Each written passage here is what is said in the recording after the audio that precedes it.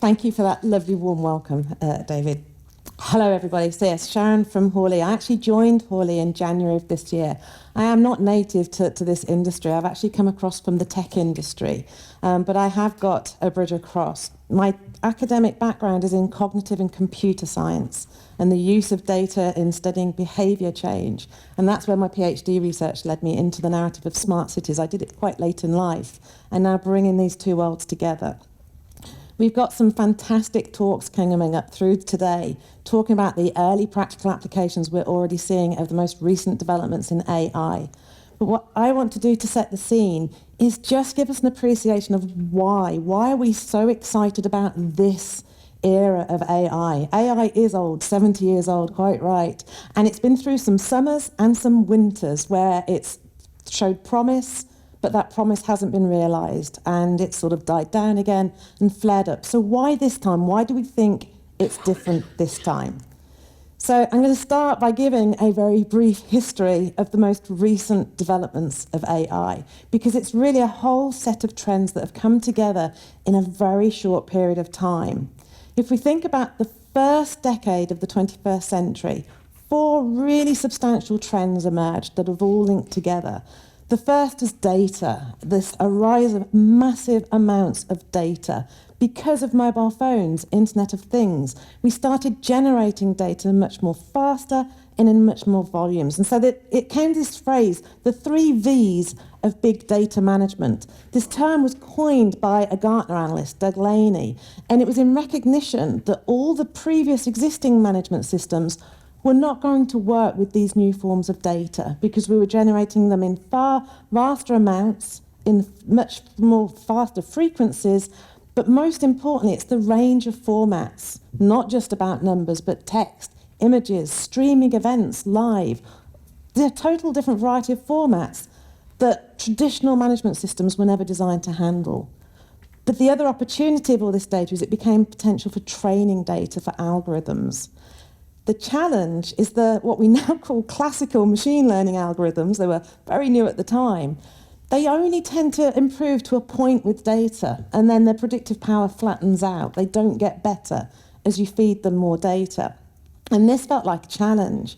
And so around about 2005, 2006, there was an academic paper published by Professor Geoffrey Hinton, who's just been, it's just been announced yesterday, he's been awarded the Nobel Prize for Physics as a result of this research he drove forward in AI. He introduced this concept of deep learning using artificial neural networks. Artificial neural networks were not new either. They'd been around since the perceptron that was invented in 1958.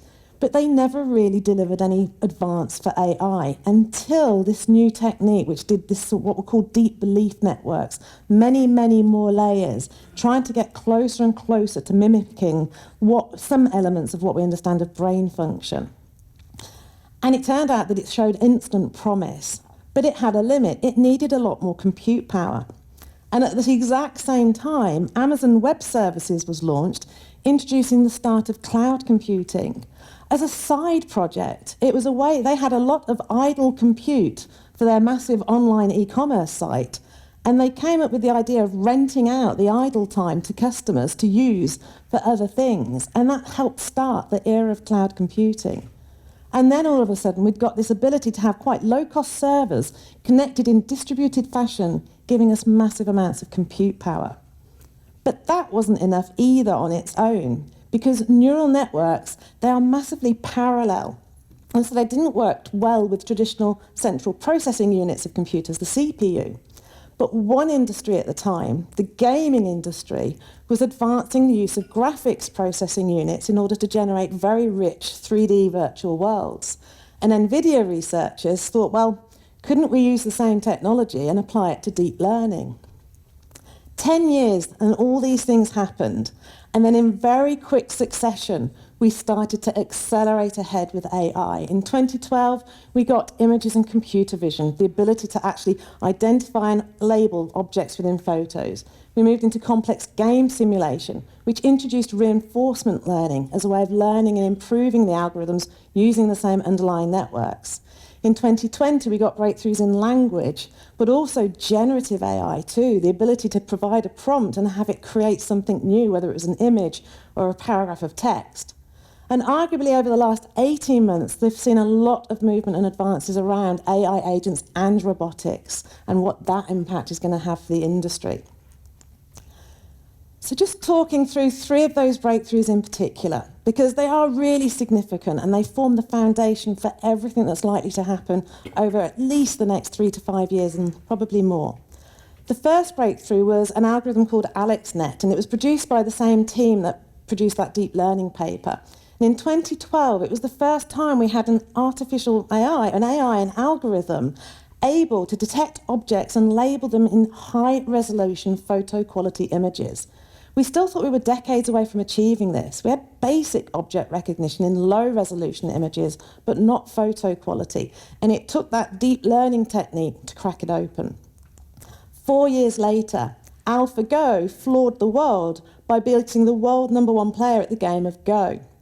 This is a game that's so complex, it was believed it couldn't be done by brute force, which you can do with chess. There's enough limited movements that once we got to very powerful computers, you can arguably brute force the solution. Not possible with Go. The AlphaGo algorithm, however, was trained how to play the game. And what was really interesting was it developed novel strategies. It made moves that didn't make sense to the most expert players of the game. They thought, to the point they thought it had made a mistake, because that happened previously with IBM's Deep Blue when it beat Garry Kasparov at chess. It made a mistake, but it turned out to work quite well. This wasn't a mistake. It was a strategy the algorithm had learned, and it won the game, to the point that the world champion said, I may as well retire because I can't outperform this new algorithm. A side note, though, is that never really happens. I don't know if you've noticed, but chess is more popular than ever. Even though we can all play computers now, you can watch YouTube videos galore on sparring between people playing chess. It has not killed the desire and appetite to play these games. But then in 2020, the other big breakthrough really was GPT-3. We heard about it a lot more when ChatGPT was launched in 2022, but really this was the first big breakthrough. There was GPT-1 and 2. We can talk about that on side conversations. GPT-1 was terrible. GPT-2 was pretty good, but GPT-3 was very, very impressive at its generative capabilities. That was when Microsoft got involved with OpenAI, and they put a massive investment in to take exclusive license on that particular model. All 3 of these breakthroughs had that same underlying approach, using artificial neural networks, different architectures to them, but with massive amounts of data and massive amounts of compute. So how much data? AlexNet trained on 1.2 million images. This was the biggest data set by far anyone had tried to train a computer vision algorithm on. And the compute required to train it, 470 petaflops. So petaflops, a flop is floating point operation. It's the basic measure of compute. It's like hitting enter on a calculator instantly and you get a response. A petaflop is 1 quadrillion floating point operations per second, 1 million times 1 million. I like to have an analogy, so I checked. The population of Ireland is around about 5 million. So that's the equivalent of every person in Ireland, each holding 200,000 calculators and all hitting enter at the same time. That's the scale of cloak for one single petaflop. And this algorithm was trained on 470 of them. This was a scale we were not familiar with. The very first algorithm trained on 1 petaflop occurred in 2003. And so by 2012, we're up to 470. 2016. AlphaGo was trained on around about 30 million moves of the gameplay, and it just ran simulation after simulation after simulation to figure out strategies for moves.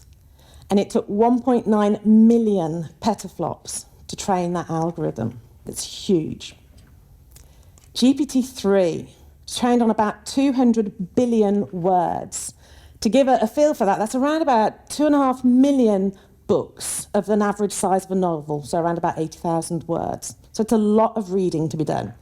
It was trained on 300 million petaflops of compute to build that model. And the current one, so GPT-4 is the current flavour. It was launched last year and it powers a lot of OpenAI's work at the moment.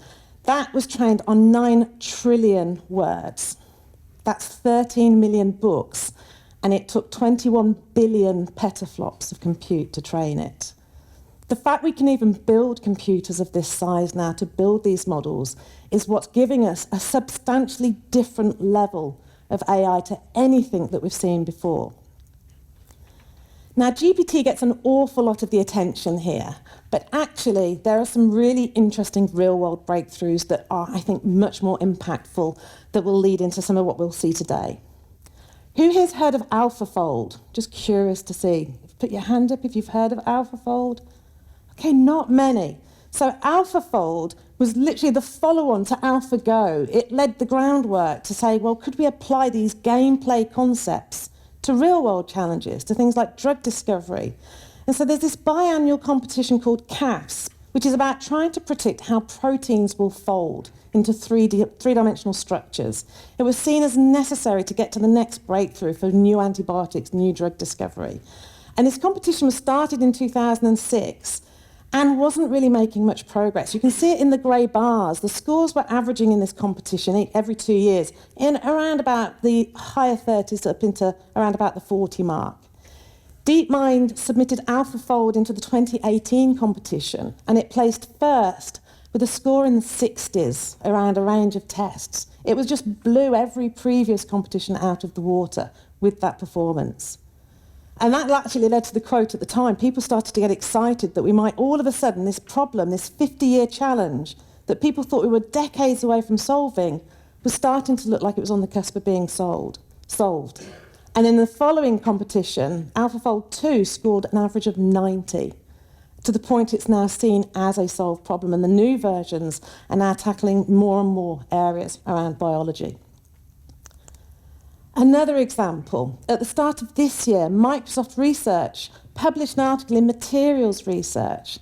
They used this technique to synthetically generate 32 million theoretically possible materials. And they then used AI inference to screen it down to stable candidates. That reduced it to about 500,000. They then used AI acceleration in physics-based simulations. That got it down to 800. They then used AI-accelerated molecular dynamics simulations. That got it down to 150. And then the experts came in, because it was as far as AI could go. Experts came in with AI models and got it down to the 18 most promising candidates. That entire process took 1 week. 1 week, from 32 million to 18. This is something that would have taken us years without these kind of capabilities. And they actually developed the most promising candidate. And in research, it shows promise as a new electrolyte that could reduce the amount of lithium in batteries by 70%. And this is where it starts to get very exciting. Could we be on the cusp of new science and engineering breakthroughs that just were not even on our agenda for decades yet? Could suddenly be being pulled forward and made available much, much sooner. And the final example here too, this is literally just from last month, back with Google DeepMind and the robotics team, and it was great to hear robotics mentioned just now too. This is the latest example of an advancement using AI in robotics with reinforcement learning. And what you're seeing here is the image on the left-hand side is completely digital. It's a virtual representation of a robot in effectively a virtual world, you could argue.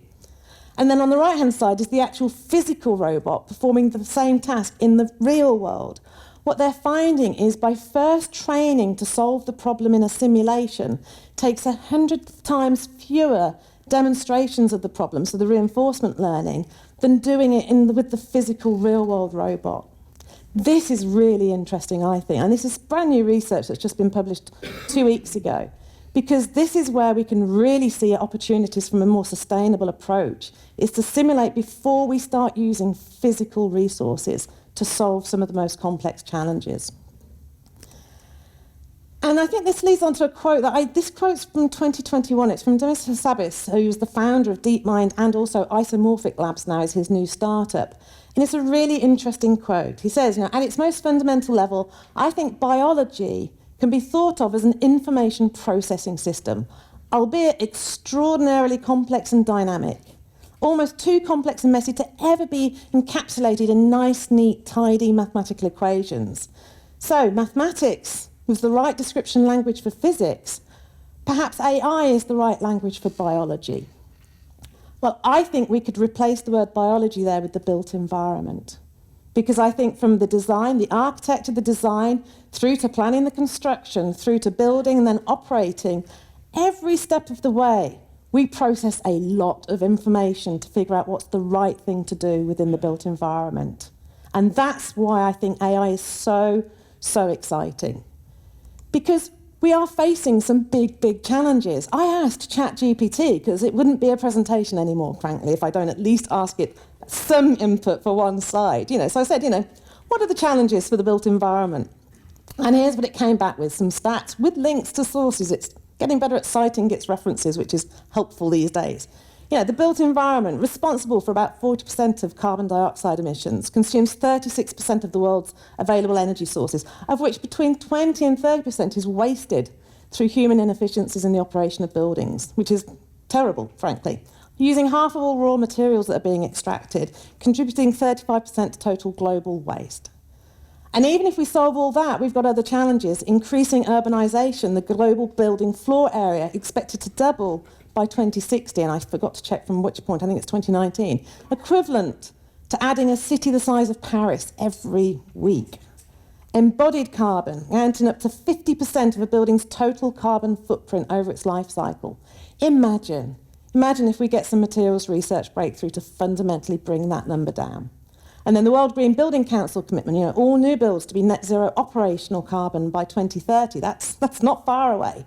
How do we think we're doing on that one?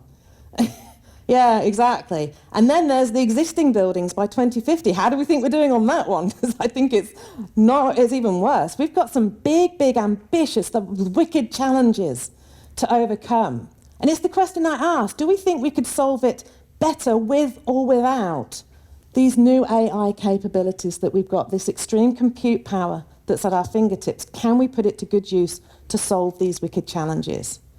And so that's what I'm just going to close out with. This is the framing I use when talking about the opportunity of AI within the built environment, and particularly around sustainability. We can think of it from purely digital, but increasingly through into the physical. So from a digital perspective, how can we make use of simulation? Are we actually certain we're building the best designed area? If we're regenerating a space, what designs are going to work?